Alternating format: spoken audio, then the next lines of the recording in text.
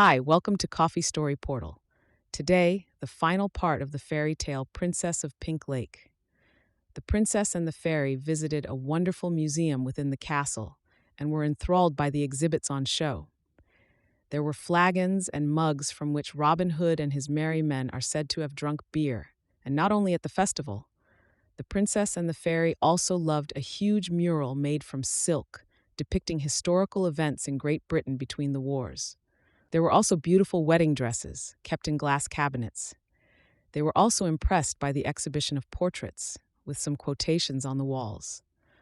One particularly memorable quote was by Bernard Shaw: "You use a glass mirror to see your face. You use works of art to see your soul."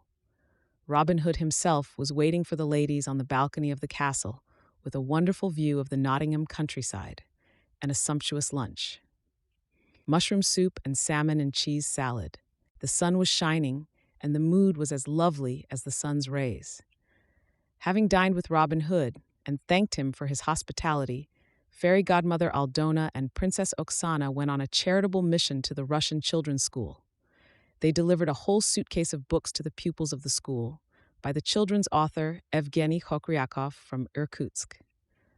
The literary fairy Aldona loves nothing more than to make people happy.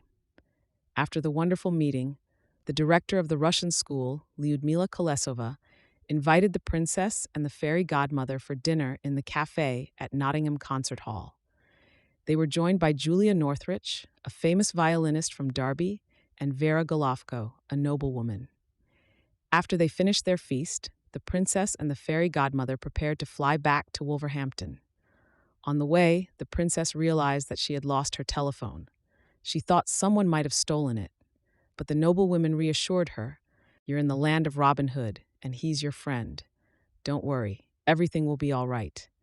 The noblewomen told the princess some stories about how they themselves had often left their phones on buses and even in airports, and when they came back for them, they were always untouched, exactly in the place where they had left them. And so it was with Princess Oksana. She found her phone safe and sound. After all their adventures, the ladies went home to rest. After all, the next day was a very important day as well, our princess's birthday. Princess Oksana's fairy godmother could read her mind and knew that she needed a new coat, the same shade of blue as the sea next to the pink lake in her wondrous kingdom. But they didn't have much time, as they had to hurry to her birthday banquet in another town. And Oksana was an unusual princess. She thought clothes shopping was boring and preferred to walk around museums and galleries, so they had to find the coat quickly. On a Sunday morning, as the princess and the fairy godmother were on their way to the town of Birmingham, they stopped at a magical place that sold everything you could possibly imagine. Princess Oksana bought presents for her fairy godmother and her other friends, but she couldn't see even a single coat. As she was paying for her gifts, the shop assistant said to her, "Your Royal Highness, would you mind spending another 15 minutes in the shop?" "We haven't switched on our tills yet." Just at that moment, little Prince Pavel called to wish his mother a happy birthday. Then he said, "Mum, I'm sending you some golden coins. Buy yourself a present from me, whatever you desire." The princess was overjoyed to hear her little prince's voice. He called her every day, but still she missed him terribly. The fairy godmother made a wish, and a beautiful blue coat with shades of purple appeared in front of them. The only coat in the shop. It was exactly the same shade of blue as the Black Sea, next to the pink lake in her magical lands. The fairy godmother was delighted too, and they traveled happily on to the Polish consulate in Birmingham, where Princess Oksana's friends had gathered to celebrate her birthday with her. They all enjoyed the feast, with presents, champagne, and a cake with candles. After such an eventful day, the princess traveled back to London, where Mark, the knight in shining armor, and his ambassador Tina were waiting with more presents and birthday messages. But the princess's adventures didn't stop there.